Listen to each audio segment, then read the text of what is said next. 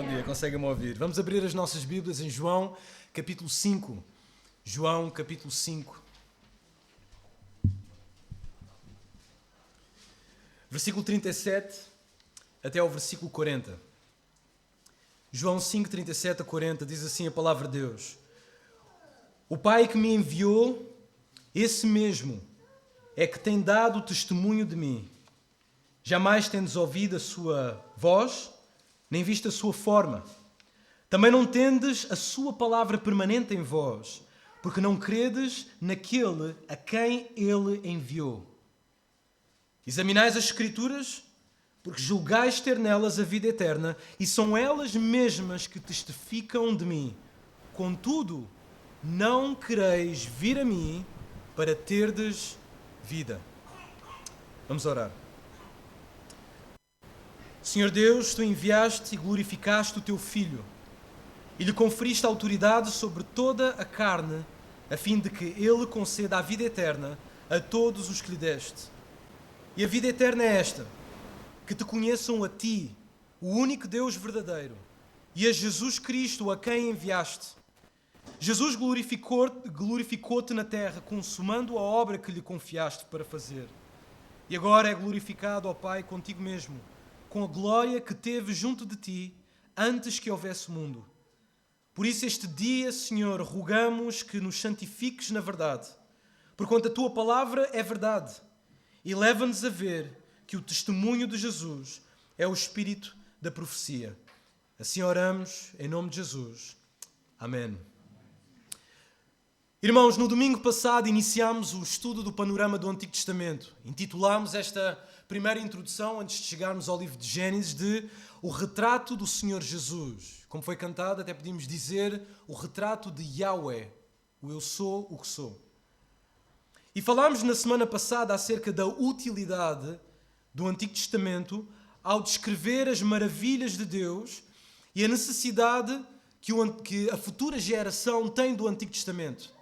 E que nós temos que transmitir a mensagem, a história do Antigo Testamento à futura geração, para que esta futura geração coloque a sua fé no Senhor. Depois falei acerca da unidade da Bíblia e indiquei que os dois testamentos, Antigo e Novo Testamentos, juntos não formam dois livros, mas um livro. E formam também uma única história. É uma metanarrativa, é uma única história. A partir daí, na semana passada ainda, analisámos também a estrutura do Antigo Testamento, pelo número de livros que contém e pelas suas grandes secções que tem. As suas grandes 3 secções, que é a Tora, não é? A lei, os escritos e os profetas. Dito isto, passamos esta manhã às razões pelas quais temos o Antigo Testamento. Porque isto é importante. Se o Antigo Testamento foi escrito, qual é o propósito do Antigo Testamento? Qual é que é a razão do Antigo Testamento? E aqui vamos passar para o nosso conteúdo desta semana, ou deste domingo. Os propósitos do Antigo Testamento. Os propósitos do Antigo Testamento. Por isso eu pergunto, qual é especificamente o propósito do Antigo Testamento? Qual é? Existem vários textos, nomeadamente do Novo Testamento, que revelam os propósitos ou a razão de existir um Antigo Testamento. Certo erudito das Escrituras escreveu o seguinte: quase todos os livros do Novo Testamento, quase toda esta secção do Novo Testamento faz citações diretas ou alusões ao Antigo Testamento. O que ele quer dizer é que todo o conteúdo do Novo Testamento, todos os livros fazem alusões ao Antigo Testamento. Portanto, o Novo Testamento diz-nos que o Antigo Testamento tem como propósito, primeiro, providenciar esperança. Segundo, prevenir quanto ao pecado. Terceiro, produzir discípulos. E o quarto, e eu diria o mais importante, traçar o perfil de Jesus Cristo. Então o Antigo Testamento foi desenhado, conforme a mensagem do Novo Testamento, foi desenhado para produzir esperança, prevenir contra o pecado, produzir discípulos e traçar o perfil do Senhor Jesus Cristo. Poderíamos até dizer que o Antigo Testamento foi escrito como biografia do Senhor Jesus. Vamos para o primeiro ponto. Providenciar esperança. Providência de esperança. Na nossa sociedade hoje em dia, em toda a história, os homens sempre necessitaram de esperança. Esperança.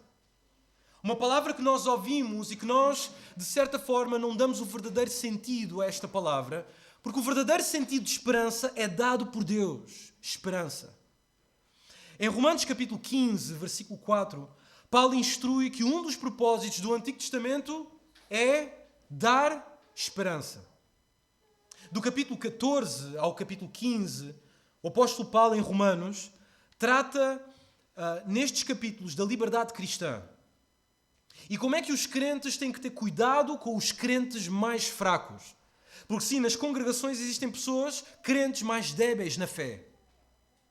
Por outras palavras, Paulo exorta-nos a cuidar dos mais fracos na fé, não procurando agradar-nos a nós mesmos, mas agradar os mais fracos.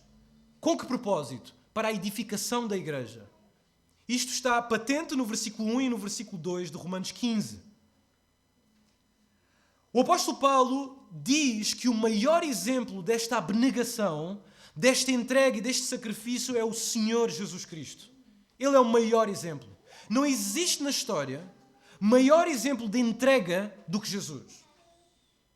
Versículo 3 diz o seguinte, de Romanos capítulo 15. Cristo não se agradou a si mesmo. Cristo não se agradou a si mesmo. Consequentemente, Paulo, para reforçar este princípio, ele cita um texto messiânico do Antigo Testamento. Isto é que é curioso, porque no Salmo 66 é onde Paulo retira esta referência para falar do sacrifício de Cristo e do sacrifício que nós devemos ter pelos crentes mais fracos. O Salmo 69, versículo 9, diz que as injúrias daqueles que injuriavam caíram sobre Cristo, caíram sobre mim. Agora, é interessante este Salmo 69, já que estamos a falar do Antigo Testamento. Porque o Salmo 69 é um dos textos, ou um dos salmos mais citados no Novo Testamento. Deixem-me mencionar algumas citações do Salmo 69. Por exemplo, quando Jesus, antes de chegar à cruz do Calvário, ainda com os seus discípulos, ele diz aos discípulos, em João capítulo 15, versículo 25, que o mundo o aborrece sem razão. E quando ele menciona isto, ou cita isto, ele menciona o Salmo 69, versículo 4. Quando Jesus limpa o templo, quando ele tira todos aqueles cambistas e acaba com aquele negócio no templo, aquela máfia cá no templo, os discípulos olham para aquilo e veem o zelo de Jesus pelo templo. Então eles citam Salmo 69, versículo 9, a primeira parte. Quando Jesus é crucificado na cruz do Calvário, alguém chega a Jesus e dá-lhe vinagre para atenuar aquela dor. O autor do Evangelho diz que aquilo é o cumprimento de uma profecia. Ele recebe aquele vinagre e ele cita Salmo 69, versículo 21. O apóstolo Paulo, quando quer falar da dureza dos judeus, quando quer falar da sua dureza quanto ao Evangelho, do seu entorpecimento por causa da sua incredulidade, ele cita Salmo 69, versículo 22 a 23. Isto está em Romanos, capítulo 11, versículo 9 até o versículo 10. Quando Pedro fala de Judas e fala da sua traição e fala daquilo que Judas fez, e quando ele menciona aquele campo que foi comprado com aquele dinheiro de sangue, ele cita Salmo 69, versículo 5. Então podemos ver que este é um salmo rico. E todas as citações que saem deste salmo são para levar o público a ver o Messias, o Senhor Jesus Cristo. Agora a grande pergunta é porquê que Paulo faz isto? Porquê que Paulo usa o Antigo Testamento para falar à igreja e para ensinar sobre esta abnegação para com os crentes mais fracos? Bem, a resposta está no versículo 4 do capítulo 15 de Romanos. Versículo 4. Porque tudo quanto outrora foi escrito para nossa instrução, para o nosso ensino, para a nossa Tora, foi escrito. A fim de que, pela paciência e pela consolação, ao encorajamento e ânimo das Escrituras, tenhamos esperança. A única coisa que pode dar esperança ao homem são as Escrituras. Agora, há uma nota aqui interessante, porque os atributos que são dados à Escritura ou seja, consolação, ânimo, paciência, no versículo 5, no versículo a seguir, são atribuídos ao próprio Deus. Então isto é importante. Portanto, o que é que Paulo quis dizer aqui? Bem, o que Paulo quis dizer é que os crentes fortes, os crentes que conhecem bem a palavra, os crentes piedosos, devem aprender pelo Antigo Testamento a não agradar-se a si mesmo. E no processo, como fez Deus com Israel no deserto, devem ser pacientes, encorajar os mais fracos com a esperança de edificação e de unidade. Então o Paulo está a chamar os crentes, os fortes, a dizerem: este crente mais fraco, tira-te do sério, mas tu tens que ter paciência. Olha a paciência que Deus teve com Israel no passado. E Deus teve de tal forma paciência que ele acreditava que eu edificarei o meu povo. E eu farei algo com o meu povo que muitas das nações veem que não serei capaz de fazer, mas eu farei. Então Deus apela a esse tipo de paciência. Porque nessa paciência, nessa consolação das Escrituras, nós obtemos esperança. Esperança. Existe esperança para os pais que têm filhos que são crentes fracos. Existe esperança. Existe esperança para aquele esposo que é fraco na fé. Existe esperança. Existe esperança para aquela esposa que é fraca na fé. Existe esperança. Porque esta esperança vem de Deus e das Escrituras. As Escrituras, o Antigo Testamento, oferecem de forma abundante esperança. Paulo continua no capítulo 15 de Romanos, no versículo 5 e no versículo 7.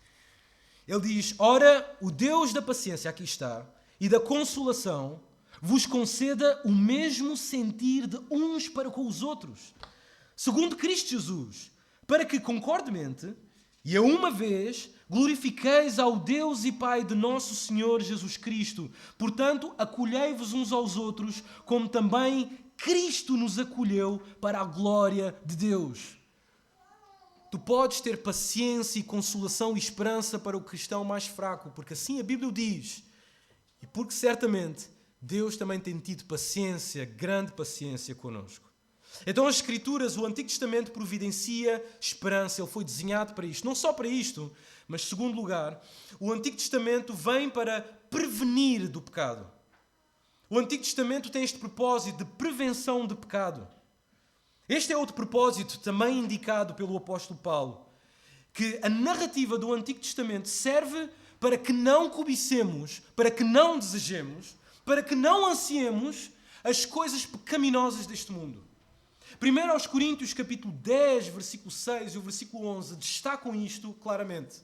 Diz assim o texto, no versículo 6, ora, estas coisas se tornaram exemplos ou tipos para nós, a fim de que não cobicemos as coisas más, como eles no deserto cobiçaram.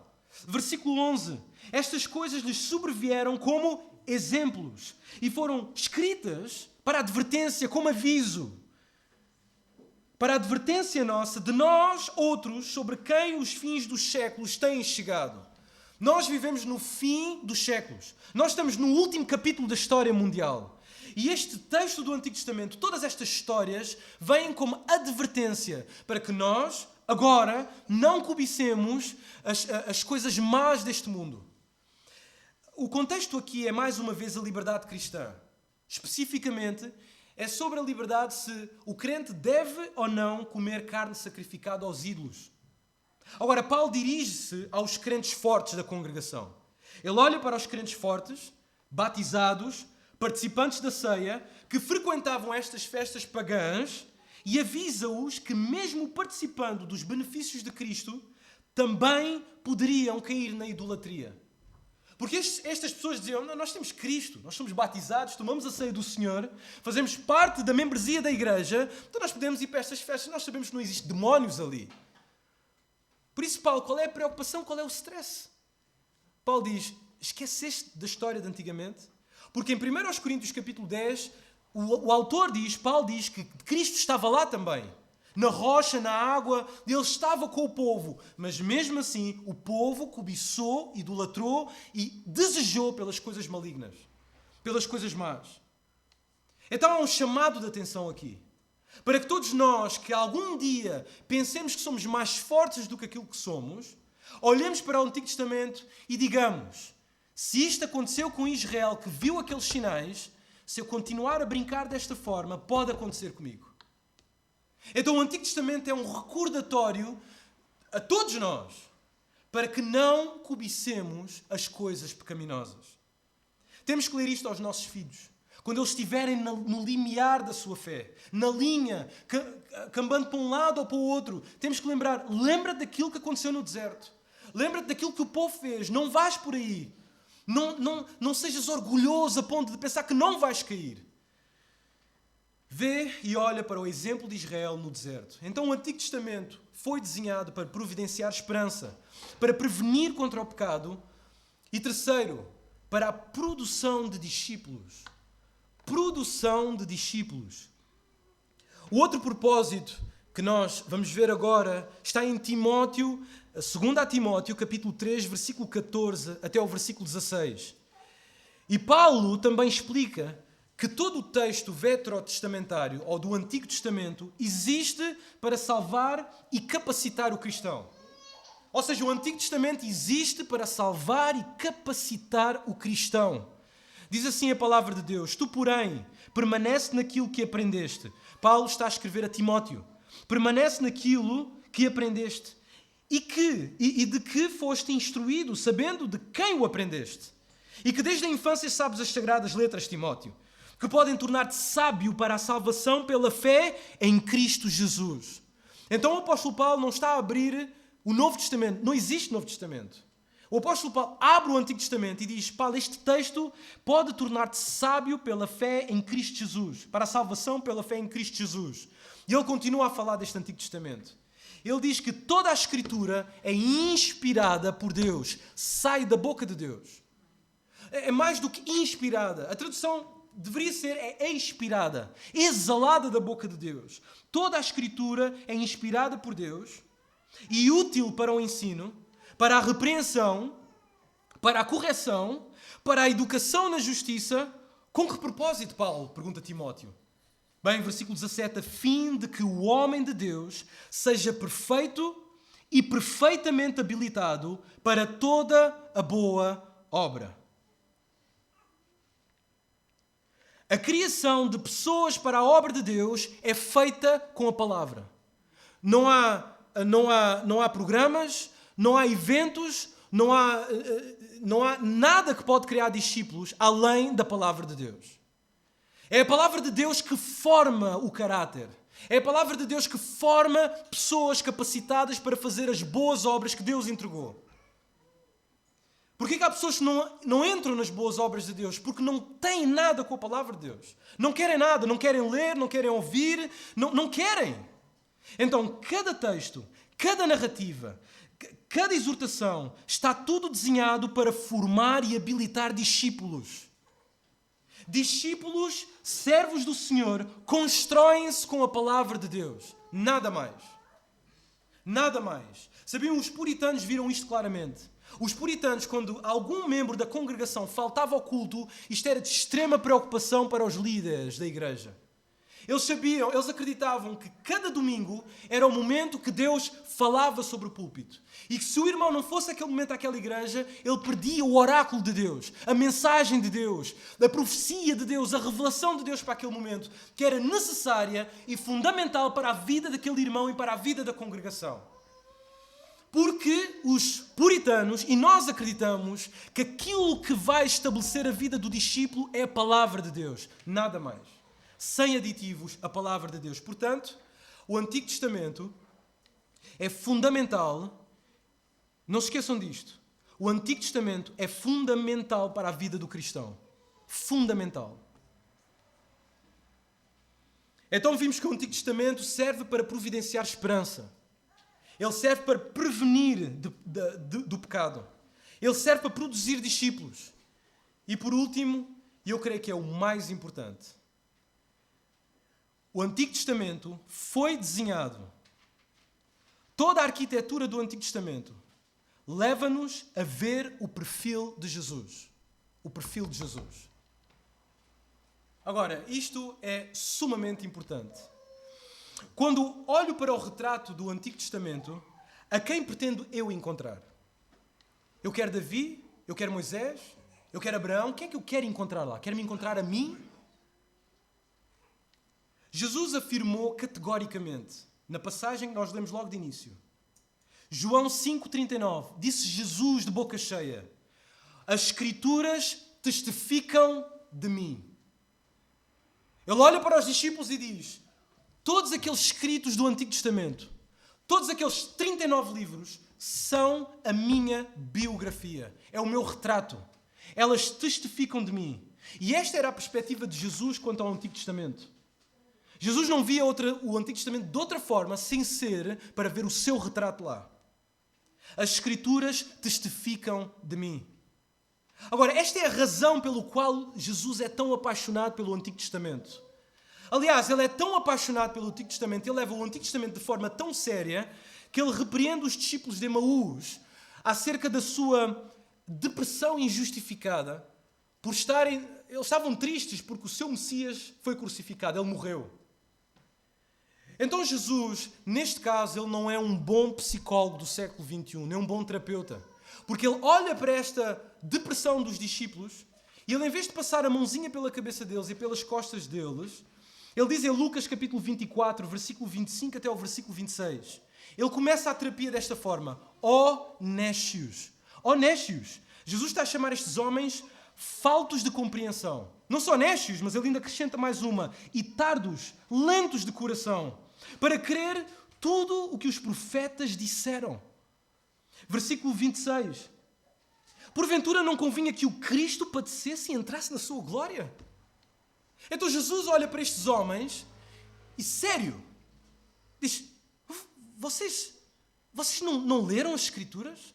Não se aperceberam que tudo aquilo que foi escrito em séculos de história era acerca de mim? Esta é uma dura repreensão. O que Jesus está a dizer é que a ignorância quanto ao Antigo Testamento não é um pecado que nós podemos tomar de espírito leve. Jesus, se olhasse para qualquer um de nós e se nos perguntasse: já leste o Antigo Testamento? Dissesse: não, Jesus, aquilo fala de muito sangue e todas aquelas guerras. Eu prefiro o Novo Testamento, que é mais amoroso, Deus aí. Diz: tu és um néscio de coração. És lento. E Jesus repreenderia de forma dura, porque o Antigo Testamento fala dele. Agora, nenhum de nós quer estar nessa posição que os discípulos de Emaús estavam. Por isso, o que é que podemos fazer? Qual é o remédio para curar, como eu disse, esta falta de compreensão, ou mesmo esta lentidão de coração? Bom, o remédio está no versículo 27 do capítulo 24. A única forma de resolver tal problema é fazer o que Jesus fez.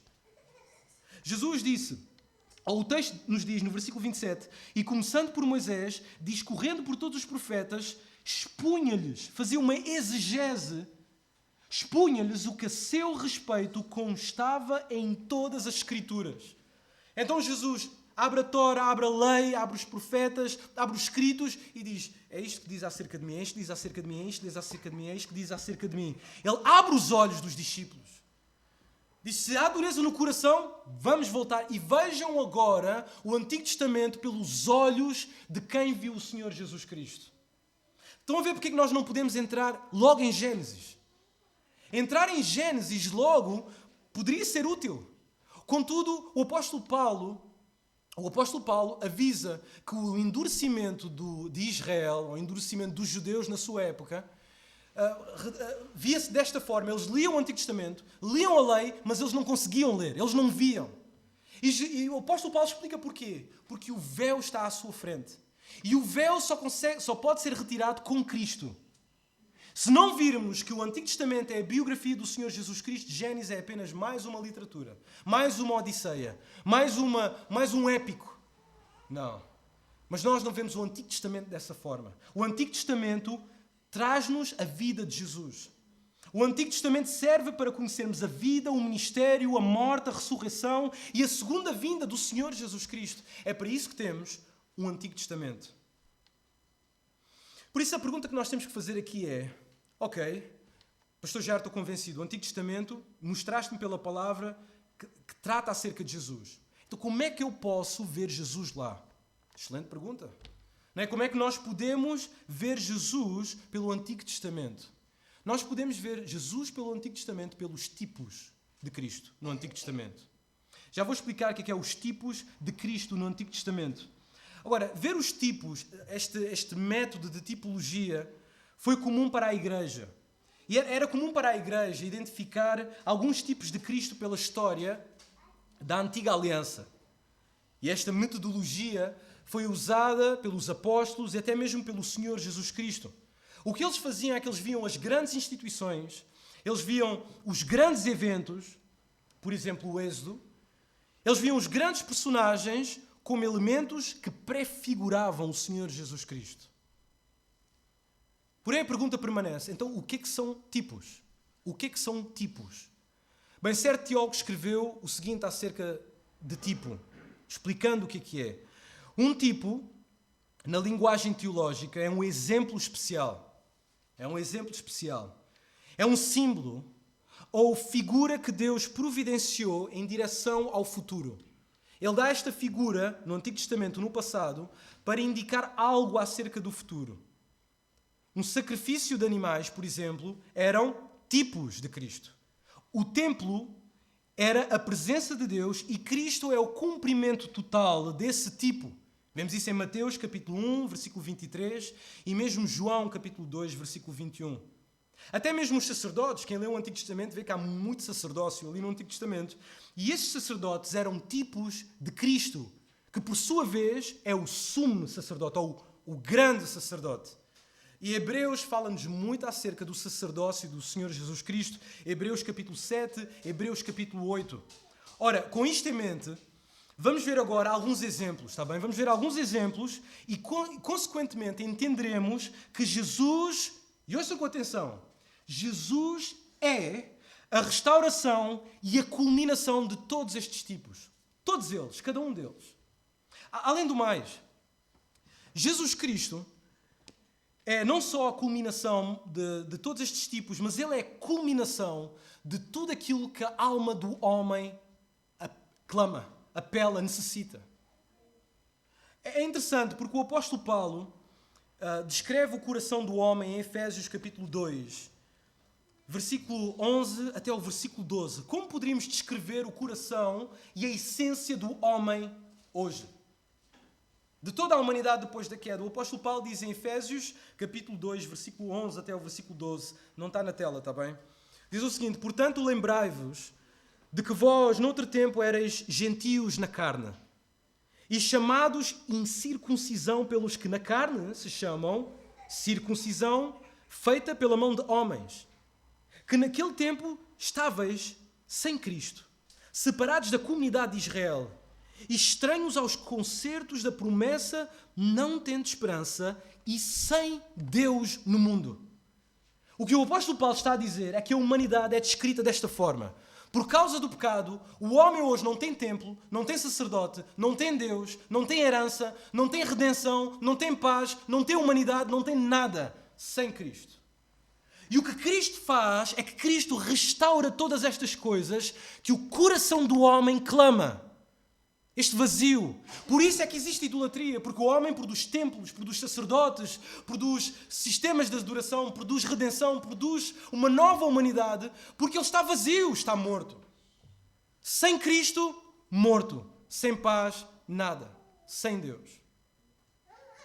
Então tudo o que tipifica Jesus foi corrompido pelo pecado, sem dúvida.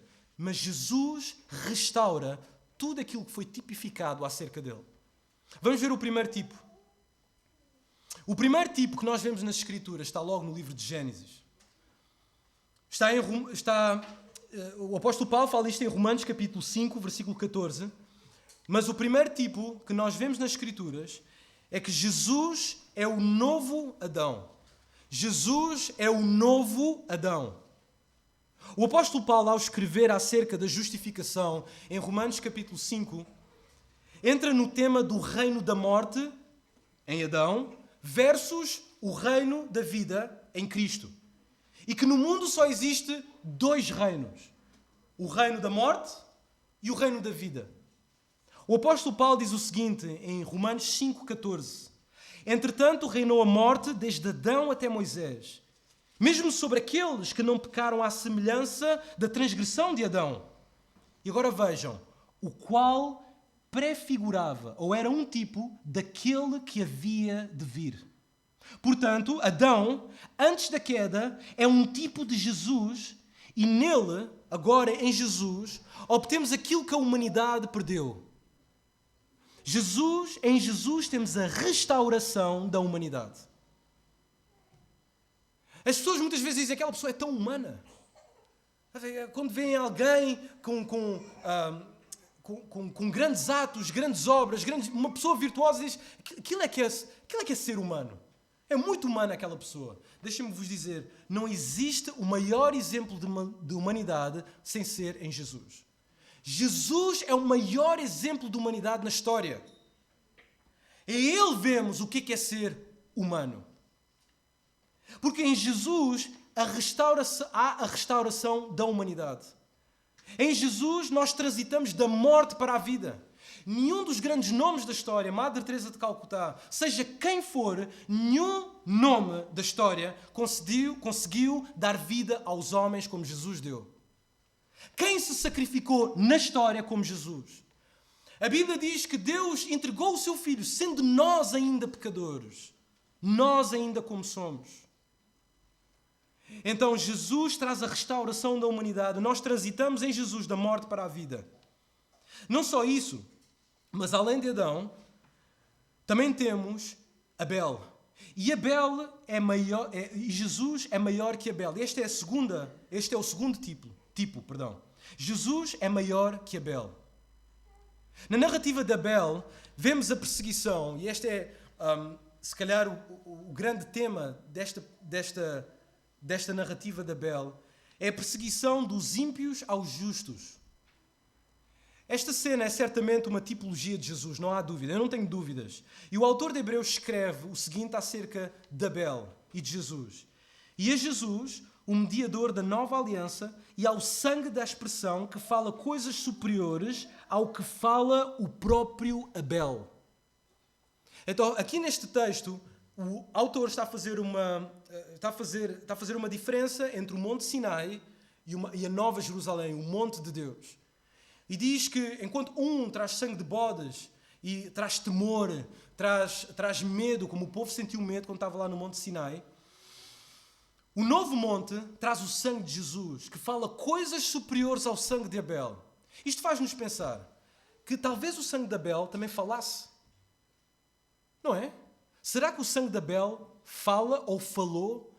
Bom, quando Caim mata Abel, Deus confronta Caim. Ele diz, o que fizeste? O sangue do teu irmão clama. A pergunta é, clama pelo quê? Grita pelo quê? Bem, irmãos, enquanto o sangue de Abel grita por vingança, porque o ímpio matou o justo, o sangue de Jesus é diferente. O sangue de Jesus é diferente, porque o sangue de Jesus clama por justificação.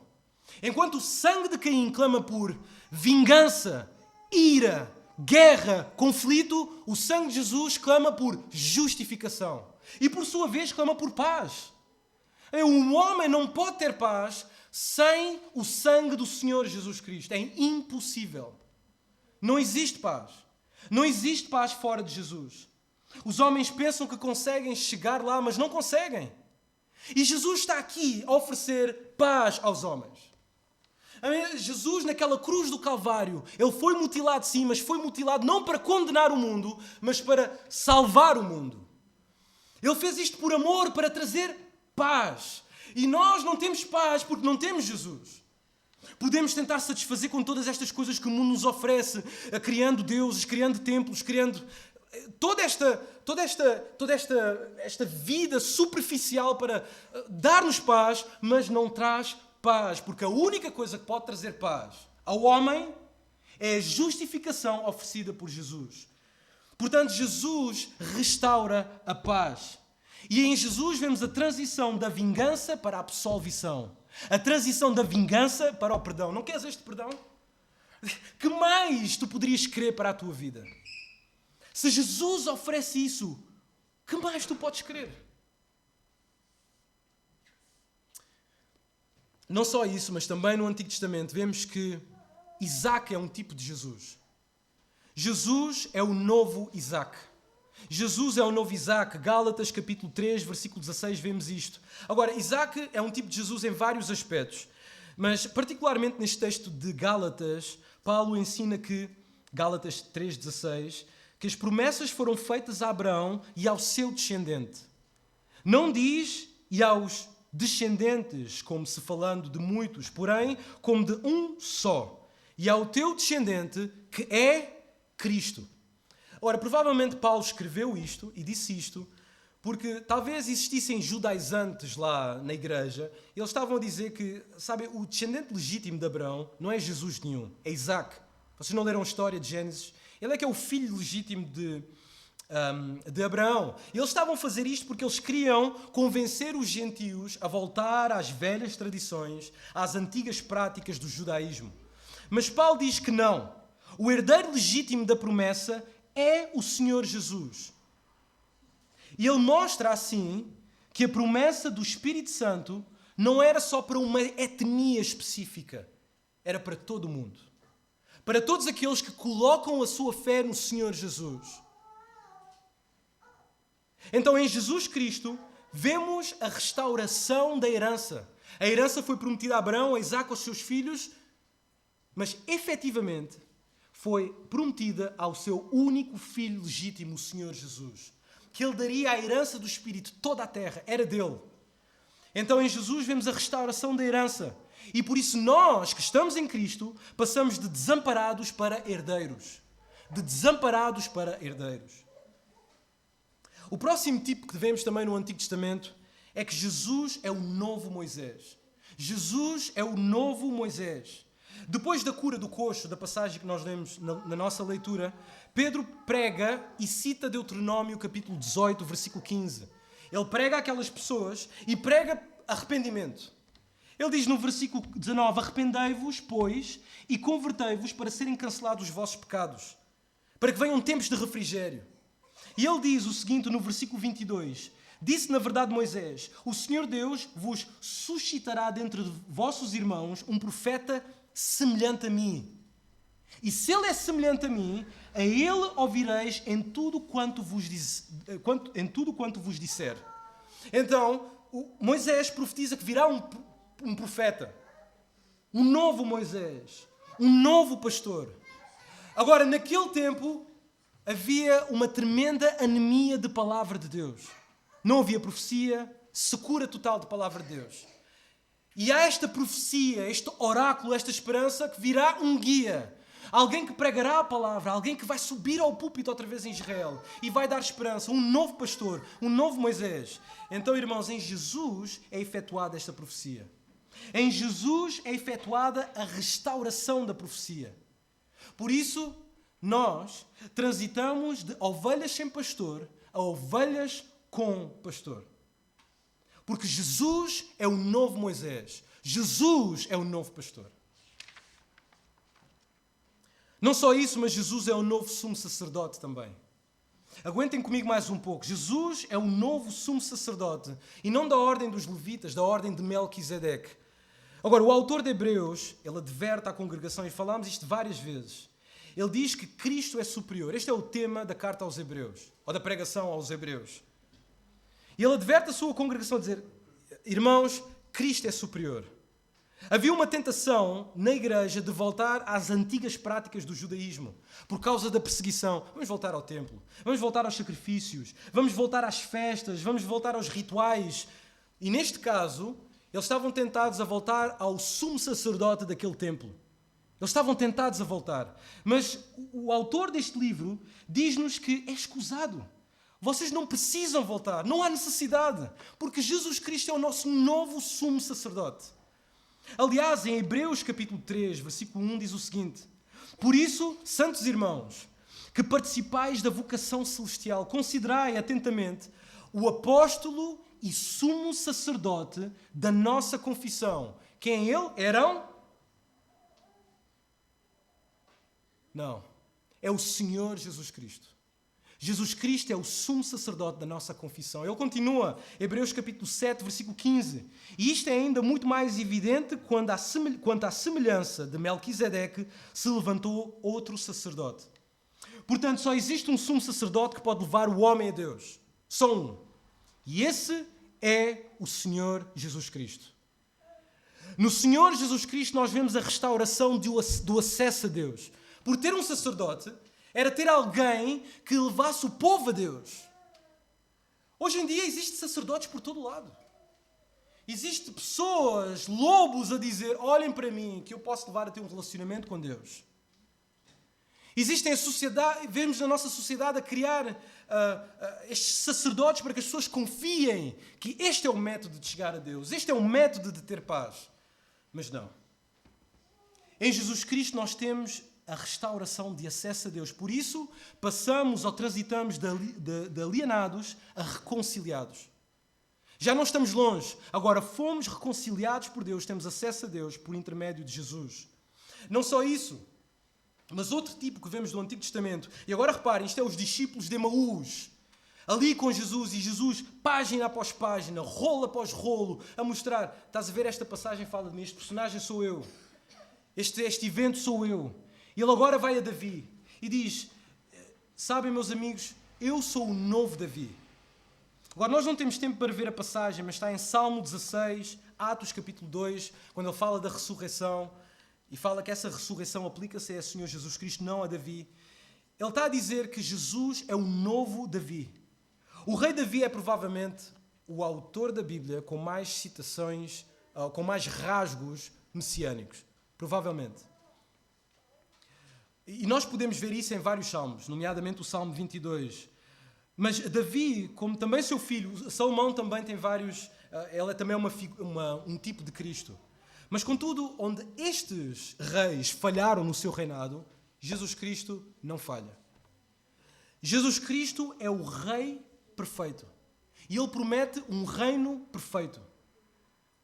Em Jesus, vemos a restauração do reino de Deus. Daniel é um livro muito interessante porque fala de vários reinos. E todos estes reinos, Nabucodonosor, quando vê todos os reinos da terra, ele vê os reinos como figuras de grande poder, glória, valor. Aquela estátua, ouro, bronze, prata. Assim é a forma que o homem vê os reinos. Mas quando Deus vê os reinos, ele vê os reinos como animais selvagens e ferozes, que se devoram uns aos outros. Porque esse é o reino dos homens.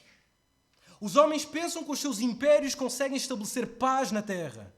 Organização, ordem. Não conseguem. Só existe um reino que pode ser estabelecido e que pode trazer paz, e esse reino é estabelecido pelo próprio Jesus Cristo. Mais ninguém. Ele é o novo Davi, ele é o único rei que vai ordenar todas as coisas. Ele vai trazer aquilo que nós perdemos no Jardim do Éden. Então, em Cristo, nós vemos a restauração do reino de Deus. E nós, porque estamos em Cristo, passamos de estrangeiros a súbditos. Já não precisamos estar no reino das trevas.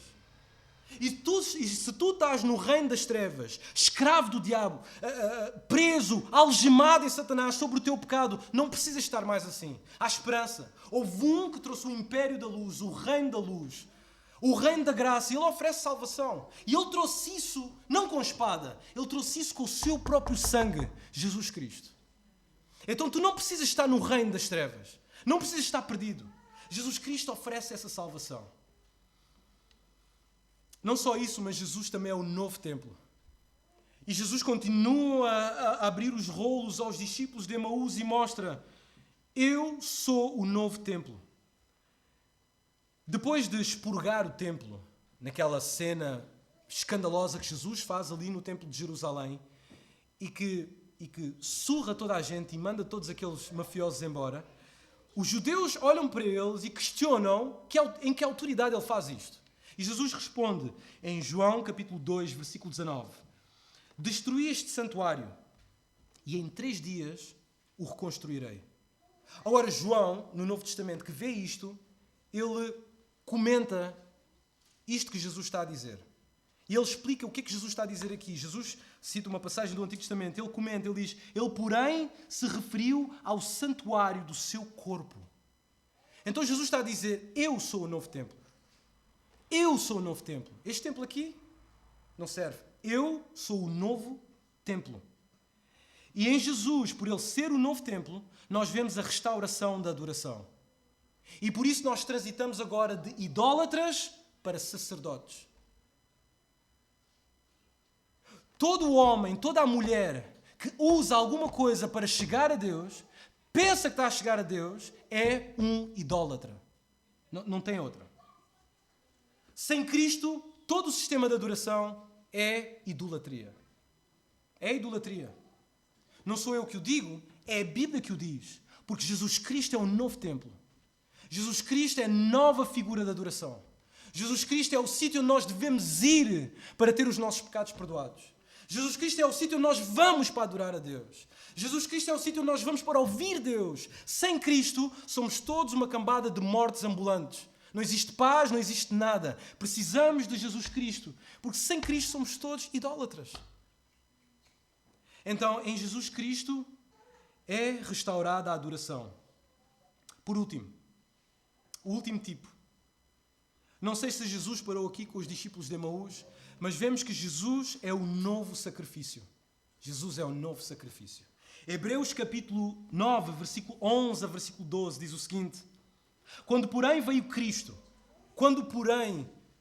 reparem nisto, a Bíblia quando nos diz, quando porém veio Cristo, nós não podemos tomar isto de ânimo leve. Ou seja, Deus mandou o seu Filho ao mundo.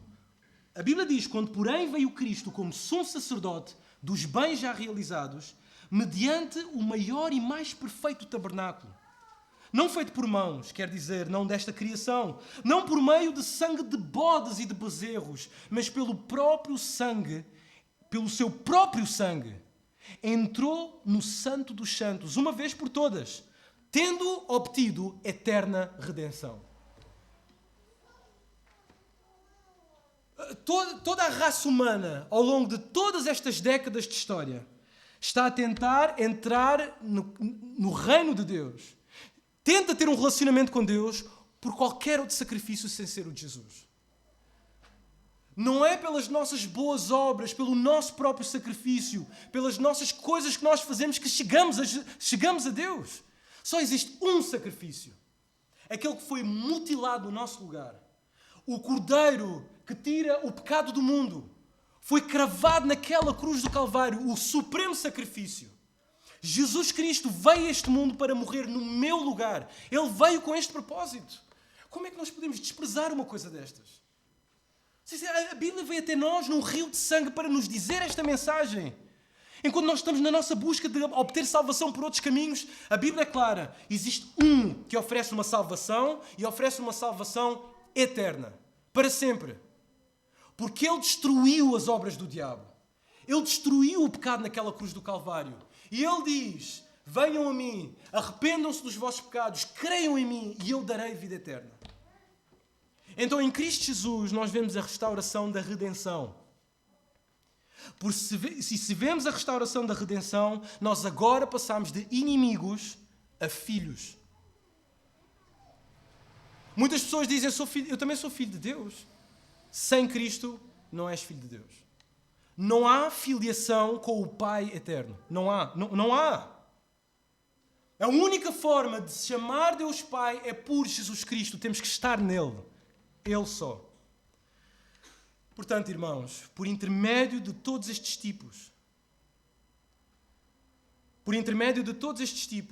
que são transitórios, limitados e imperfeitos do Antigo Testamento, podemos ter um vislumbre do perfil de Jesus.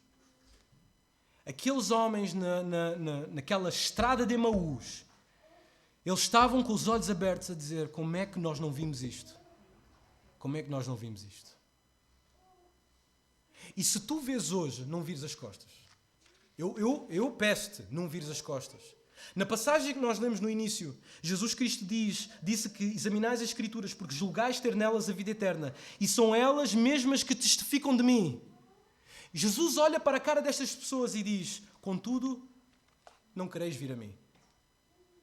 E se tu estás a ver estas coisas agora e não vens a Jesus, que tragédia. Que tragédia. Em Cristo nós temos a verdadeira humanidade. Em Cristo nós temos paz. Só em Cristo podemos ter herança, profecia, acesso a Deus. Só em Cristo podemos ter um reino. Só em Cristo existe o verdadeiro templo. Só em Cristo podemos ter filiação com Deus, com o nosso Criador. Tudo tem a sua culminação, o seu ápice no Senhor Jesus Cristo. Por isso, ao ler o Antigo Testamento, apercebemos-nos que o pecado destruiu todas estas figuras. Davi destruiu, Moisés destruiu, destruíram todas estas figuras, destruíram todos estes eventos, o pecado destruiu estes eventos, estas instituições. Contudo, estas coisas eram apenas, como diz o apóstolo Paulo em Colossenses capítulo 2, versículo 17, estas coisas eram sombra de algo que havia de vir. Sombra das coisas que haviam de vir. Porém, o corpo é de Cristo. Tudo isto era apenas sombra. Portanto, Jesus destaca-se em toda a história como o restaurador de todas estas coisas. Vejam o que a Bíblia diz no último livro, no seu último capítulo. Apocalipse 21, 5. E aquele que está assentado no trono disse: Eis que faço novas todas as coisas. Queres nova vida? Queres nova esperança?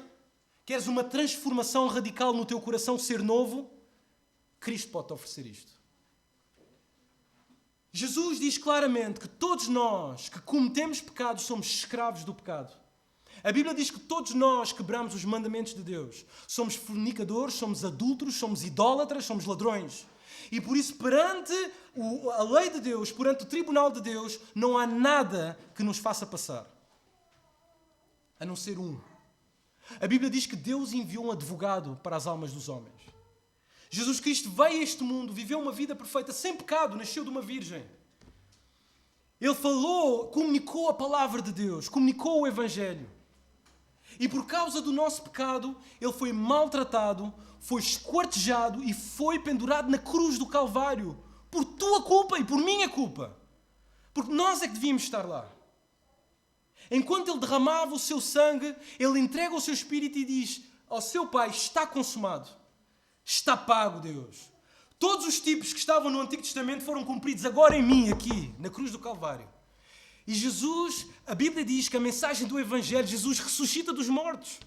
Ele não fica naquele túmulo, porque a Bíblia diz que só os pecadores é que devem morrer. Jesus Cristo não era pecador, então ele ressuscita. Ele cumpre mais uma profecia. Ele agora oferece a salvação. A Bíblia diz que Deus amou o mundo de tal maneira que entrega deliberadamente o seu Filho, para que todo aquele que coloque a fé no seu Filho Jesus Cristo não morra, não vá para o inferno que foi feito para o diabo e os seus anjos, mas que tenha a vida eterna. Se tu crês nisto, eu garanto pelo poder da palavra de Deus que terás a salvação. Não é uma promessa minha, é uma promessa de Deus. E que a tua vida será radicalmente transformada. Isto eu garanto. Mas tu tens que crer. Arrepende dos teus pecados e vem em fé ao Senhor Jesus Cristo. Não fé em mim, não fé nesta instituição, não fé na igreja, não fé em homens, não fé em nada, não fé, muito menos em ti, mas em fé no Senhor Jesus Cristo. Se tu queres fazer isto, faz hoje. Mesmo toda a gente que está a ver aqui. Se tu não tens Cristo ou que tiveste enganado toda a tua vida que tinhas Cristo e não tens, vem hoje. Porque Jesus Cristo oferece a salvação. Vinde a mim, todos os que estáis cansados. Eu sou a água da vida, eu sou o pão da vida. Vinde, vinde, vinde. Tu queres vir hoje? Queres esta salvação que te é oferecida? Se tu queres, faz-me um sinal. Só com a tua mão diz: eu quero. Eu só queria orar por ti e levar-te aos pés de Jesus, se isso for necessário. Alguém? Amém. Amém. Mais alguém?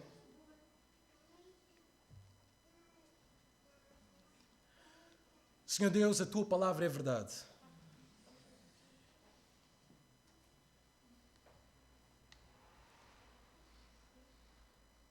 Nós acreditamos na tua palavra, Senhor, e se a tua palavra diz que todo o teu Antigo Testamento é o retrato do teu Filho, Senhor, para que possamos ver-te, nós acreditamos. E obrigado por abrir os olhos, Deus. O milagre de abrir os olhos, Senhor, é um milagre que só vem de ti. Senhor, eu peço, Pai, para que tu concedas salvação a quem precisa, Senhor, a quem necessita. Todos nós necessitamos. mas tu abriste o coração, Senhor, desta pessoa para receber a salvação. Senhor, damos glória a Ti e pedimos para que Tu providencies uma grande e poderosa transformação. Senhor, para todos nós que estamos na fé, Senhor, ajuda-nos a não ser como os discípulos de Emaús, que vivem angustiados, que viveram depressivos, porque não viram que tudo aquilo era o sinal da grande redenção. Ajuda-nos a viver na história com esta expectativa da grande redenção. Ajuda-nos a ver mais de Cristo pela Tua palavra. Assim nós oramos, agradecemos e louvamos-Te em nome de Jesus. Amém.